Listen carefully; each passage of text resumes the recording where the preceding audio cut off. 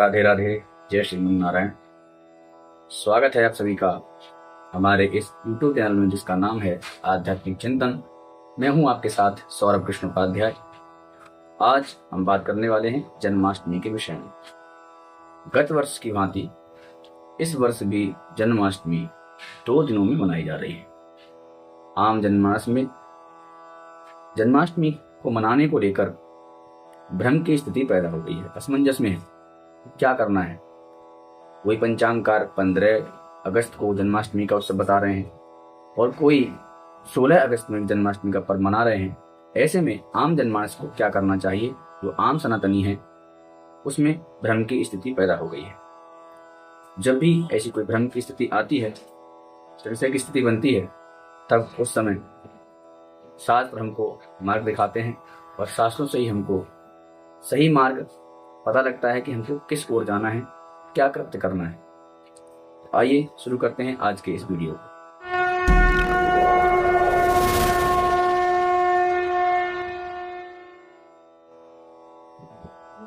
अनेक पंचांगों में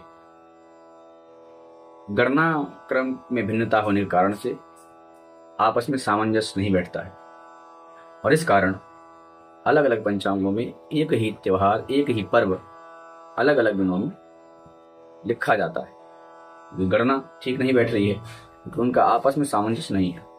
इस कारण से कोई त्योहार एक दिन पहले हो जाता है, कोई त्योहार अगले दिन होता है। इस प्रकार से जो हमारा समाज है उसमें विघटन की स्थिति पैदा हो रही है। समझ नहीं पा रहे हैं क्या सही है और क्या गलत है। दूसरा व्यक्ति कर रहा है, वो त्योहार ठीक कर रहा है, या हम करेंगे वह सही होगा। इसका निर्णय करने के लिए शास्त्र की मर्यादा होती है और शास्त्र का जो आदेश होता है उसी के अनुसार कार्य किया जाता है।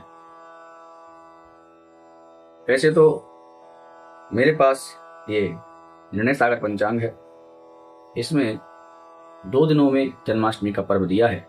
जन्माष्टमी का पर्व जो है निशीथ व्यापनी अष्टमी में भाद्रपद कृष्ण पक्ष की अष्टमी जो रहती है उसी को जन्माष्टमी कहते हैं।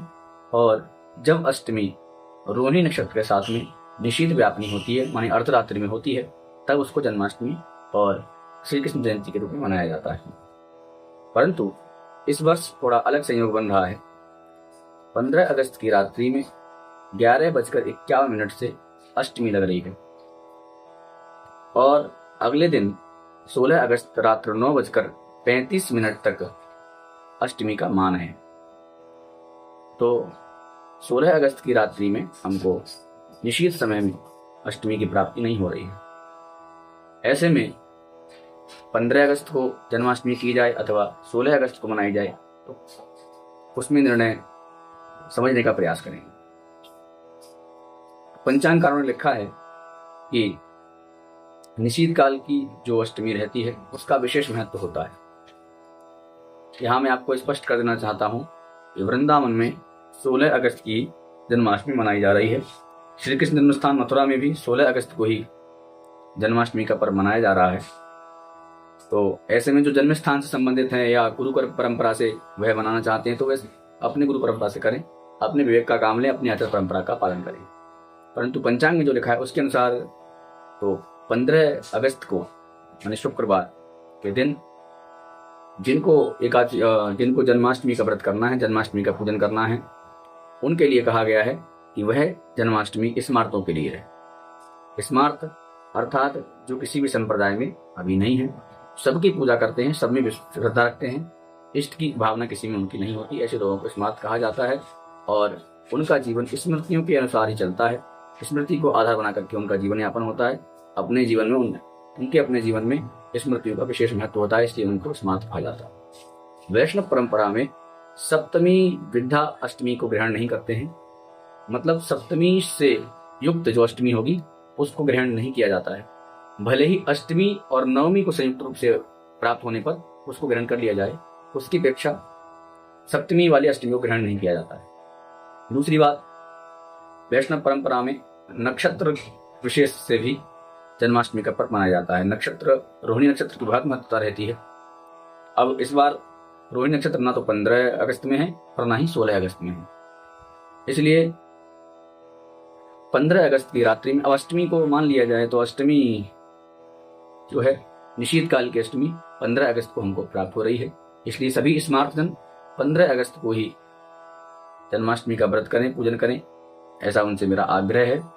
क्योंकि अनेक पंचांगों में पंचांगकारों ने अलग अलग गणना के अनुसार समय का विभाजन किया हुआ है और उसी में तिथि का मान भी बदल गया है, और तिथि मान बदलने से यह भ्रम की स्थिति पैदा हो रही है। पहले के समय में सोशल मीडिया नहीं था। सोशल मीडिया कारण से आज प्रचार प्रसार का जो माध्यम है बहुत तेजी से हो गया है। जरा सी देर में अपनी बात को आप हजारों से सैकड़ों लोगों तक पहुंचा सकते हैं, परंतु प्राचीन समय में ऐसा नहीं था।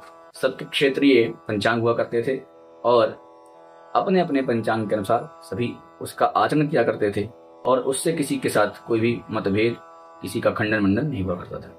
परंतु वर्तमान समय सोशल मीडिया का जमाना है, इसलिए अभी सोशल मीडिया के माध्यम से ही अनेक भ्रांतियां फैल जाती हैं, और पूरब की बात पश्चिम को, पश्चिम की बात उत्तर को, उत्तर के दक्षिण को, ऐसे सभी को ज्ञान रहता है, सभी को ज्ञात हो जाती है।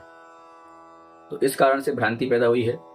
तो मेरा यही कहना है कि आप जिस पंचांग को अधिक महत्व देते हैं उस पंचांग के अनुसार अपना क्रियाकलाप करें, उसी के अनुसार आचरण करें। दूसरी बात, जिस क्षेत्र में आप हैं उस क्षेत्र के पंचांग को अधिक महत्व देना ही चाहिए। और ये सारी गणना, सारा दोष गणनाओं का है। सभी एक मत नहीं हुए हैं। पंचांग करता जितने भी हैं सभी की अपनी अपनी ढपली, अपना अपना राग चल रहा है। इस कारण से ही यह स्थिति पैदा हुई है। इसलिए जो स्मार्त हैं वह 15 अगस्त को मध्य रात्रि में पूजन करेंगे, और मध्य रात्रि में अष्टमी रहेगी। तो ऐसे में वह स्मार्त लोग 15 अगस्त के दिन जन्माष्टमी का पर्व मनाएं, जन्माष्टमी का व्रत करें, पूजन करें। वैष्णव परंपरा के जो लोग हैं वह तो नक्षत्र को अधिक महत्व देते हैं, फिर भी नक्षत्र नहीं मिल रहा है दोनों में से किसी में भी, तो अष्टमी तिथि को उदया मान करके, मानी 16 अगस्त की जो प्रातः काल है, उदय जब सूर्योदय होगा उस समय अष्टमी तिथि व्याप्त होगी, जो कि रात्रि 9:35 तक रहेगी। इस कारण से वैष्णव परंपरा में उसका अधिक महत्व माना जाता है। इसलिए जो वैष्णव लोग हैं, जो वैष्णव संप्रदाय से दीक्षित हैं अथवा संत जन हैं, वह 16 अगस्त को जन्माष्टमी का पर्व मनाएंगे।